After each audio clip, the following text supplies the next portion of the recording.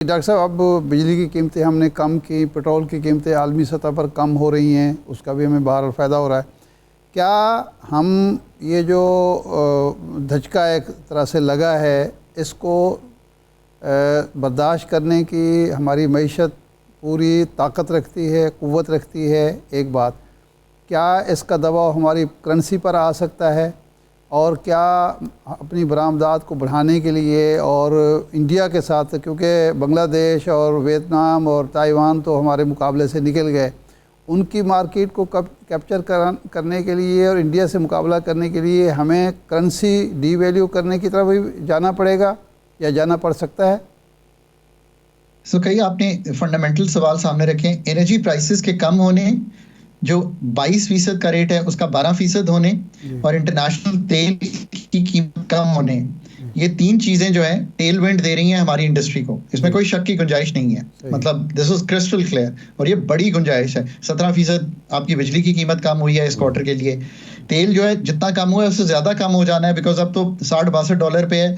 पिछले दिनों जब ये कम हुआ तेल तो वो $72 पे था, तो $10 तो यही निकल गए हैं। ये एक बहुत बड़ा आपको बेनिफिट आया है। अब इंडस्ट्री की कंपेटिटिवनेस तो नहीं है, क्योंकि अगर इंडस्ट्री की कंपेटिटिवनेस होती तो जो अभी $4 अरब की आइडल कैपेसिटी पड़ी है या कुछ $6 अरब की आइडल कैपेसिटी पड़ी है, टर्फ के अंडर इतनी कैपेसिटी लगी है, उसको यूटिलाइज कर जाते। कॉस्ट ऑफ डूइंग बिजनेस को अब तो कुछ संभाल लिया है हमने, हमने compete करना है। पर ये जो लोग बहुत से समझते हैं ना कि किसी तरह हम वियतनाम चूंकि ज्यादा है तो हम उसका बेनिफिट ले जाएंगे, यार those countries will react very quickly. They are not going to set it से कि हम 56% या 45% या बांग्लादेश 37% पे रहेगा। They are going to react very quickly and come on to some terms कि ये 9 तक आगे बढ़ जाएं उस चीज पे। पाकिस्तान को भी चाहिए और हूँ इस बात पे कि कोई पर्चा जो है वो लेकर वफ्द जो है आगे जाएगा वाशिंगटन और गुफ्तगू करेगा कि यार इसको क्या करना है। हमारी इंडस्ट्री मुतहमिल नहीं हो सकती है शाद साहब, ये वैसे ही कुछ $100 मिलियन का शॉर्टफॉल आ जाना है एक्सपोर्ट का अगले चंद माह में, बिकॉज ऑर्डर्स कैंसिल होंगे। ये रिएक्टिव चीजें बहुत क्विकली करनी पड़ेंगी हमें। बिल्कुल ठीक है। डॉक्टर साहब ब्रीफली ये भी कमेंट कर दें, पाकिस्तान मिनरल इन्वेस्टमेंट फोरम जो है वो कल उसका इवेंट हो रहा है, कल और परसों। अब बहुत से ममालिक आ रहे हैं, डेलीगेशंस आ चुके हैं, इसका एक्सपोजर क्या है और सरमायाकारी का स्कोप कितना है पाकिस्तान के लिए? देखिए यार, मैंने हमेशा कहा है, मैंने एक पर्चा लिखा था कुछ अर्सा पहले फैसल, उसका नाम था रॉक्स एंड क्रॉप्स। 2022 में लिखा था, अभी ये सब कुछ शुरू नहीं हुआ था।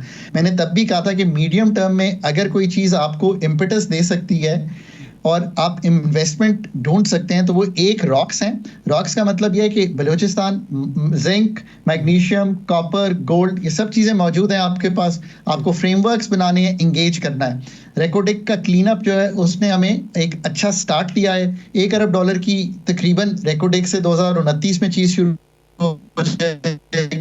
कुछ में अब सऊदी अरेबिया और मिडल ईस्ट का इंटरेस्ट है। पाकिस्तान लिथियम भी है हमारे पास, क्योड़ा में माइंस भी हैं सॉल्ट की। ये सब कुछ मौजूद है, पर ये सब कुछ रिसोर्स कर्स की बजाय रिसोर्स बेनिफिट हो इस 25 करोड़ आवाम के लिए। और ये बड़े बड़े फिगर्स में नहीं देता कि कितने 100 ट्रिलियन का हमारे पास सामान पड़ा हुआ है, बट ये निकालना बड़ी कंपनीज का काम है। BHP, बैरिक गोल्ड, इनको लाना है और पाकिस्तान की जो इन्वेस्टमेंट क्लाइमेट बलूचिस्तान का है उसको ठीक करना है। वहाँ पे नौकरियां क्रिएट करनी है। हमने बड़ा अच्छा रिंग फेंस किया है रेकोडेक को, और उसमें सिक्योरिटी भी फराम की है और आगे भी बढ़े हैं। अब उसकी इन्वेस्टमेंट करें। वो तो कुछ होल्स है ना यार, बहुत से और होल्स हैं जो कि पड़े हुए हैं। ये सारे काम करने हैं। ग्रीन एनर्जी का भी मटीरियल है हमारे पास, लिथियम, ग्रीन एनर्जी, वो भी पड़ा हुआ है। US भी ढूंढ रहा है उसको। पाकिस्तान का 2 से 4 से 5 साल में इसमें ये फ्यूचर है कि हम आने वाली जनरेशन के लिए इतना बड़ा एक बना दें। रेकोडेक इज 1 to 2 years जी। we need to think about these things very seriously। Doctor साहब बड़ा डिटेल आपने बताया। आने वाले प्रोग्राम्स में हम कार्बन क्रेडिट्स पे भी आपसे रहनुमाई और उसका पोटेंशियल पे भी बात करेंगे। फिल वक्त के लिए बहुत शुक्रिया डॉक्टर खाकान नजीब साहब। एक ब्रेक के बाद वापस आते हैं, हमारे साथ रहिए।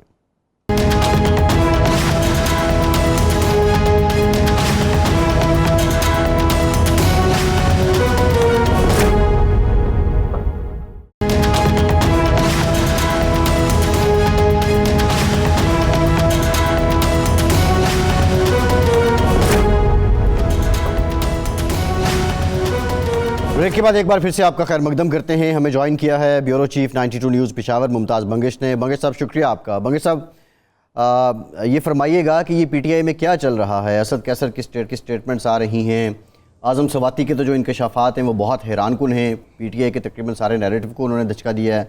आतिफ खान सरगर्म हैं, अली अमीन गंडापुर अपनी जो सीएमशिप है उसमें मगन हैं। कितने धड़े हैं, कितने ग्रुप हैं इस वक्त खैबर पख्तूनख्वा में जो बाज़ाब्ता तौर पर अली अमीन गंडापुर के ख़िलाफ़ हो चुके हैं? शुक्रिया फैसल साहब और शुक्रिया इरशाद आरिफ साहब। असल में सर मसला ये है कि ये जो पाकिस्तान तहरीक इंसाफ की जमात है, ये इसमें जो धड़ेबंदी है और इसमें जो ग्रुपबंदी है ये कोई नई बात नहीं।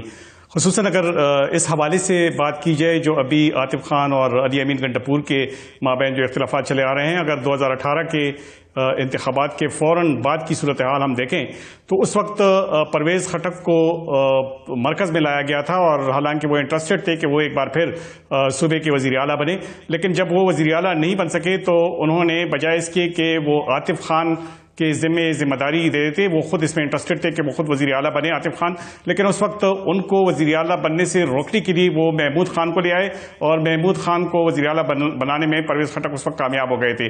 उस वक्त भी दो ग्रुप थे, एक परवेज़ खटक का ग्रुप था और एक आतिफ का ग्रुप था, लेकिन उस वक्त उस ग्रुपबंदी की समझ इसलिए आ रही थी कि परवेज़ खटक चूंकि पार्टी में बहुत नए थे तो इसलिए उनको वज़ीर आला बनाना और फिर जो पार्टी के पुराने कारकुन थे उनको नज़रअंदाज कर देना, ये जो पुराने लीडर्स थे, ये उनके लिए वाकई तशवीश की एक बात थी।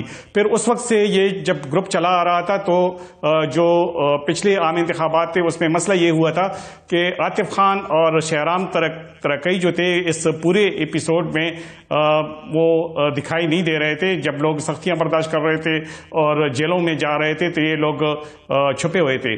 तो जब टिकट देने की बारी आई तो उस वक्त असद कैसर जो थे वो ज़्यादा मुतहर्रिक थे कि ये टिकट, और उस वक्त अली अमीन भी, चूंकि अली अमीन को टिकट देने में ज़्यादा उसका इख्तियार था तो इसलिए वो इनको इस बात पर रजामंद करने में कामयाब हो गए कि आतिफ खान को प्रमोट करना है। वो ये कह रहे थे कि आतिफ खान को चूंकि प्रमोट करना है इसलिए उसको सूबाई असम्बली में रहने की बजाय कौमी असम्बली में भेजा जाए। हालांकि इससे उस बारे में उनकी राय ही नहीं पूछी गई कि वो कौमी असम्बली में जाना चाहते हैं या सूबे में जाना चाहते हैं। उसकी वजह ये थी कि उस वक्त असद कैसर भी अपनी लोगों में वज़ीर आला बनाने में उसकी दिलचस्पी थी और अली अमीन गंडापुर भी नहीं चाहते थे कि आतिफ खान जो है वो वज़ीर आला बने। वो सूबे से उनको आउट कर दिया गया, जिसके बाद ये ग्रुप जो है मजीद इसमें इख्तिलाफात शिदत इख्तियार गए। फिर शकील खान आए और उन्होंने कुछ इल्ज़ामात लगाए, वो चूंकि सूबाई असम्बली के मेंबर थे और वजीर भी थे, फिर उनको पार्टी से निकाला गया, पार्टी से फिर उनको उसमें शामिल किया गया। लेकिन ये ग्रुप जो है उस वक्त कमज़ोर हो गया जब अली अमीन गंडापुर जो हैं वो वज़ीर आला बन गए। चूंकि अली अमीन गंडापुर बानी चेयरमैन को इंतहाई करीबी समझे जाते हैं और उसकी बहुत सारी वजूहात भी हैं कि वो क्यों करीबी हैं।